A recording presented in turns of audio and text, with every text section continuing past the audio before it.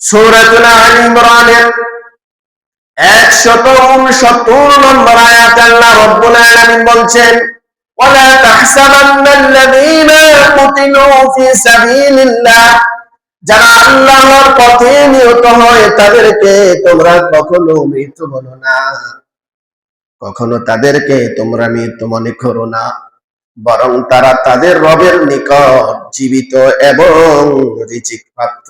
বলেন সুবহানাল্লাহ।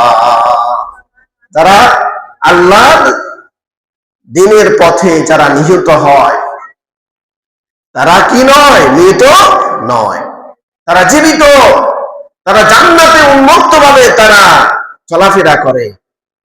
সুবহানাল্লাহ। তাদের রূহটা যে আত্মাটা রয়েছে এটা আল্লাহ রাব্বুল আলামিন বলছেন যে তারা জান্নাতে স্বাধীনভাবে তারা মুক্ত তার ভাবে তারা চলাফেরা করে, সেখানে যা মন চায় তারা তা সেখান থেকে ভক্ষণ করে, রিজিক খায়। সুবহানাল্লাহ।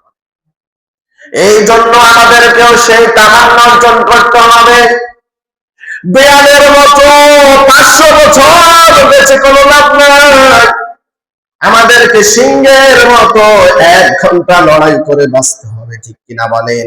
আমার দেশের জন্য, আমার দেশকে রক্ষা করার জন্য, আমার দেশকে আধিপত্যদের হাত থেকে রক্ষা করার জন্য যদি জীবন দিতে হয়, যদি রক্ত দিতে হয়, কে কে দিব বলি?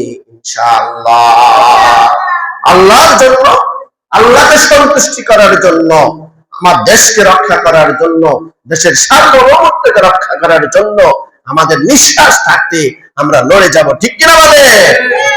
আর মরে তো যাবো একদিন, কেউ আমরা থাকতে পারবো না। এমন মরণ মরিতে হবে, তুমি এমন জীবন তুমি করিবে গঠন, মরিলে তুমি হাসিবে কাঁদিবে ভুবন। বলেন সুবহানাল্লাহ।